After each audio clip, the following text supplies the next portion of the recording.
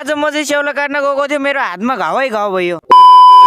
आज म चाहिँ स्याउला काट्न आएको थियो। खासमा चाहिँ यसरी हात काट्छ भनेर मलाई थाहा नै थिएन। अगाडिदेखि नै बाजा बजेर आएको भए मैले काट्नै जाँदैन थियो। के गर्नु, दसौँ भन्ने चिज बाजा बजाएर आउँदैन रहेछ। स्याउला काट्न जाने हो भनेर त आयो, तर कहाँ जाने हो त्यो थाहा नै छैन। त्यसैले यताउता हेरिरहेको थियो। बयरको रुख पनि भेटियो अनि स्याउला पनि भेटियो। पहिला बयर खान जान्छु, त्यसपछि मात्रै म चाहिँ स्याउला काट्न जाने हो। आज चाहिँ तपाईँहरूको गाउँतिर कसको छ बयरहरू भन्नु होला सबैजनाले। हाम्रो गाउँमा चाहिँ फेरि बयर चाहिँ वर्षौँ पछि हुन्छ। अब त बयर सिद्धिन नै थालिसक्यो।